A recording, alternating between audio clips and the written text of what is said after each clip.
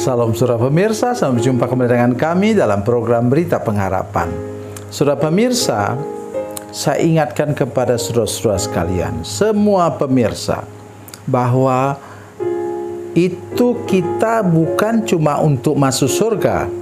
Kita bertobat, terima Yesus, dan dilepaskan dari kutuk. Bukannya untuk masuk surga, bukan. Tetapi lebih daripada itu, supaya sepanjang umur hidup kita ini, kita menjadi kesaksian bahwa Tuhan Yesus sudah bangkit, Dia hidup, dan sekarang memerintah di surga, dan tidak lama lagi akan kembali ke dalam dunia ini. Mari kita berdoa sebelum kita lebih jauh mendengarkan firman Tuhan ini. Bapa, dalam nama Yesus kami mengucap syukur kepadamu untuk firman Tuhan yang ajaib dan luar biasa ini. Kami akan renungkan sebentar. Berkati kami semua, beri kami telinga yang mendengar, mata yang melihat kemuliaan Tuhan. Dalam nama Yesus, haleluya, amin. Saudara pemirsa, mari kita membaca Alkitab kita dari Perjanjian Baru, Injil Markus pasal yang ke-16 ayat 17 dan 18. Demikian bunyi firman Tuhan. Tanda-tanda ini akan menyertai orang-orang yang percaya. Mereka akan mengusir setan-setan demi namaku. Mereka akan berbicara dalam bahasa-bahasa yang baru bagi mereka. Mereka akan memegang ular, dan sekalipun mereka minum racun yang mematikan, mereka tidak akan mendapat celaka. Mereka akan meletakkan tangannya atas orang sakit, dan orang itu akan sembuh. Amin. Sudah perhatikan ini apa? Ini Yesus sendiri yang mengucapkannya menjelang Dia naik ke surga. Saudara sekalian, saya ingin mendorong kita hari ini. Tadi saya sudah katakan bahwa engkau bertobat, engkau percaya supaya apa? Masuk surga. Ya dan amin dan benar. Tetapi itu kita belum mati sekarang. Waktu kita bertobat kita belum mati. Misalnya saya sudah bertobat selama 50 tahun lebih. Sampai sekarang masih sehat, masih kuat, dan belum mati. Jadi saudara sekalian, saya ingin ajak kita untuk melihat apa yang harus kita lakukan sesudah kita menerima Yesus. Tanda-tanda ini akan menyertai orang-orang yang percaya. Ayat 16 katakan apa? Siapa yang percaya dan dibaptis akan diselamatkan, tapi siapa yang tidak percaya akan dihukum. Jadi tanda-tanda ini akan menyertai orang-orang yang percaya, supaya mereka menjadi saksi Tuhan yang bisa dilihat dan didengar hasil pekerjaan Tuhan Yesus dalam hidup mereka. Mereka akan mengusir setan-setan demi namaku.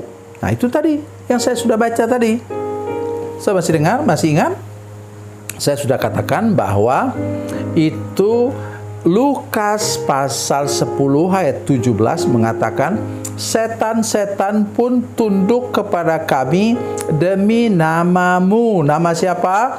Nama Yesus. Ini terjadi di sini lagi. Diulang lagi. Mereka akan berbicara dalam bahasa-bahasa yang baru bagi mereka. Ini karunia khusus untuk para misionaris. Saya tidak bisa bayangkan, saudara sekalian, misionaris yang pergi ke suku Bushmen di Afrika Selatan sana. Nah, ngomongnya begini. Bagaimana bisa belajar begitu? Begitu juga beberapa suku di Papua. Cepat sekali ngomongnya.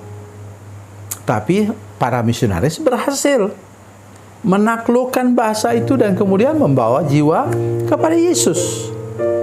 Belum lagi saudara sekalian, itu banyak adik-adik kelas kami yang menjadi misionaris di sana, di Kazakhstan misalnya.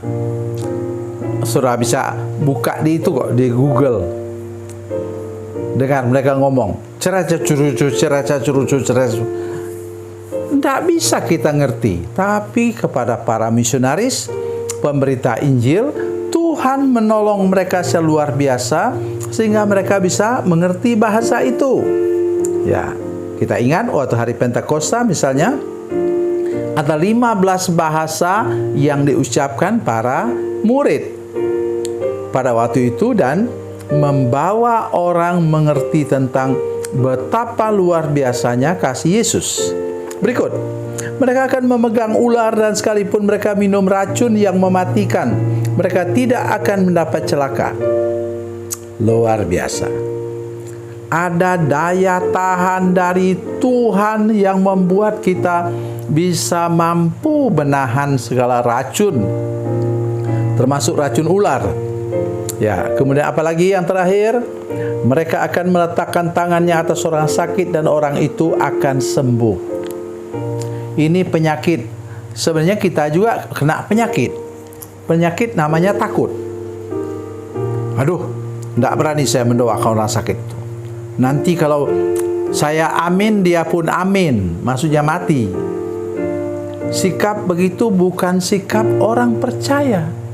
Orang percaya itu beriman saja.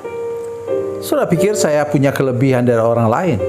Ketika saya mendoakan mata orang buta yang sudah buta selama 11 tahun, saya tumpangkan tangan, saya tidak bisa membayangkan apa-apa. Tetapi yang saya tahu, Tuhan Yesus 2000 tahun lebih yang lalu sudah mencelikan mata setidaknya 2 orang yang saya tahu. Yaitu mata siapa?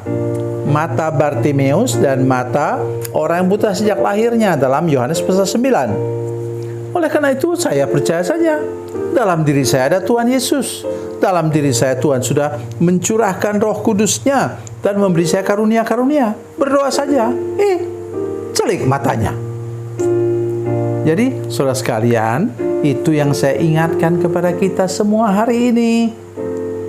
Jangan kita takut kepada segala tantangan hidup ini. Ya, tidak ada tantangan yang tidak bisa diselesaikan oleh Tuhan Yesus. Yang paling penting di mana kita beriman dan percaya, dan itu dimulai dari mana? Dari kita bertobat dan serahkan hidup kepada Tuhan Yesus. Terima Dia dalam hidup kita dan hidup terus dengan iman kita melangkah sampai ke akhir perjalanan nanti, supaya kita menjadi berkat lebih banyak lagi bagi orang lain. Tuhan Yesus memberkati. Tuhan Yesus baik. Mari kita berdoa. Bapa kami, dalam nama Yesus kami mengucap syukur untuk firman Tuhan yang baru saja kami dengar.